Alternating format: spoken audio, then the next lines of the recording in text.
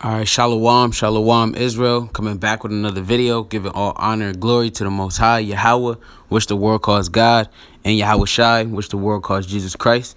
Right, and today's topic is going to be on New Year's and the wickedness of celebrating New Year's, man.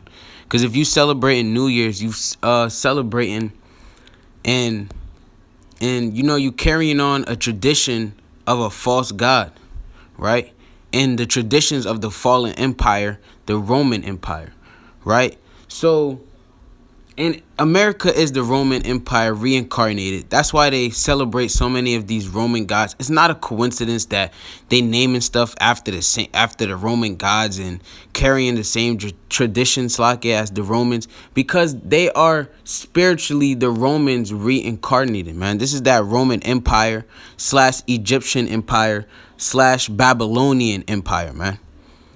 This is all the great wicked kingdoms in one. And worse, because America is doing more and going over the top with the things that they allowing people to do now, man. But anyway, let's get into the topic. So as you can see, this is an image of the Roman god Janus, right? So let's read something real quick. So it says, in ancient Roman religion and myth, Janus, pronounced Janus, is the god of beginnings, gates, transitions, slakia, time, duality, doorways, passages, and endings. He is usually depicted as having two faces, since he looks to the future and to the past. And this is folly. This is folly, man. He can look in the future and he can also see the past. That's why he has two faces. This is folly and madness, and it really don't make sense. So, now that we read that, we're going to read something else. So it says, instead our celebration of New Year's Day on January 1st is a civil event. Our modern celebration of New Year's Day stems from an ancient Roman custom. The feast of the Roman god Janus, god of doorways and beginnings. The name for the month of January also comes from Janus, who was depicted as having two faces, right? So you celebrating Janus when you celebrating New Year's, right? And it even says that January was named after him. So they got months named after Roman gods, right? And there's other months that are named after Roman gods, like June, February, right? We're not going to really get into that, but we're going to stay on topic.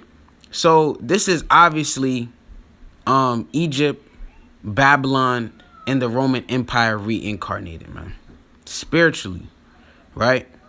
So if you a follower of God, supposedly anyway, if you a so-called Christian, right, you call yourself being a Catholic and you think that you following the ways of God, and if you're celebrating New Year's, you're sadly mistaken, right?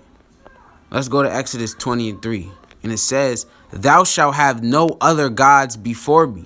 So if you shouldn't have no other gods before me, that means that you shouldn't have, or slack any gods before the Most High. That means you shouldn't be celebrating paganism and all these feasts and festives that honor and are in memorial of these false gods, man, these idols, right? The gods of these heathens, right? These heathen gods are not going to save the so-called black man. They're not going to save the Latino man. And they damn sure are not going to save the so-called the so-called Native American man. So you need to quit it, man. Stop following after these heathens. These heathens ain't doing nothing for you but keeping you in sin, right? The Most High does not acknowledge you celebrating New Year's and Thanksgiving and all these folly holidays, man. He's not taking heed to that. Let's get another precept. Amos 5:21. I despise your feast days. And in this context, right? So I'm going to read it and then I'll explain. I despise your feast days, and I will not smell in your solemn assemblies. Right? So y'all coming together celebrating New Year's, and y'all calling yourselves getting tea, drinking Henny, right? Smoking marijuana, right? Y'all cooking up macaroni and cheese, and the Most High is not he's not acknowledging your feast days, man. He despises your feast days. and I will slack it, and I will not smell in your solemn assemblies. Meaning I won't take heed to them, man. I'm not gonna sit up here and sit on my throne and they not celebrating none of my holidays, but they winging it and they following other gods. So I'm gonna take heed to it and I'm gonna get jiggy to what they doing. The Most High despises your feast days and your solemn assemblies, man. Your vain assemblies. Right? Let's continue. Though ye offer me burnt offerings, and this is the Old Testament. So in this time for repentance and to give supplication and honor to the Most High, they actually had burnt offerings. But now, the old ways of offerings is done away with, and now your new offerings will be your prayer and repenting and keeping the law, statutes, and commandments. That will be your new offerings, right? So though ye offer me burnt offerings and your meat offerings, I will not accept them. So when you sitting there and it's New Year's is it's about to start. It's 11:59. You going in the bathroom and you calling yourself praising so-called Jesus Christ and you praying. He's not acknowledging your prayer, man. He just said he despises your feast days and he hates your solemn assemblies, man. So he's not going to take any of your offerings, your little prayers, and he's not taking that, man. He's not taking heed to that. I will not accept them, neither will I regard the peace offerings of your fat beasts. Take thou away from me the noise of thy songs, for I will not hear the melody of thy viols. Right? So if you're a so-called follower of so-called Jesus, you should not be celebrating these things. Let's get another precept. Bear with me.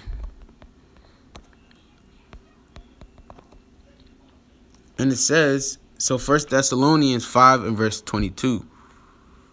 Bear with me. And it says, abstain from all appearance of evil. Right? So you should not be celebrating these false gods, man. And we're going to get one more precept and end it there. Let's get Proverbs 28 and 9. So you shouldn't be, like I said, and like the Most High said, you should not be following these heathens, man. Proverbs 28 and 9. He that turneth away his ear from hearing the law, even his prayer shall be an abomination.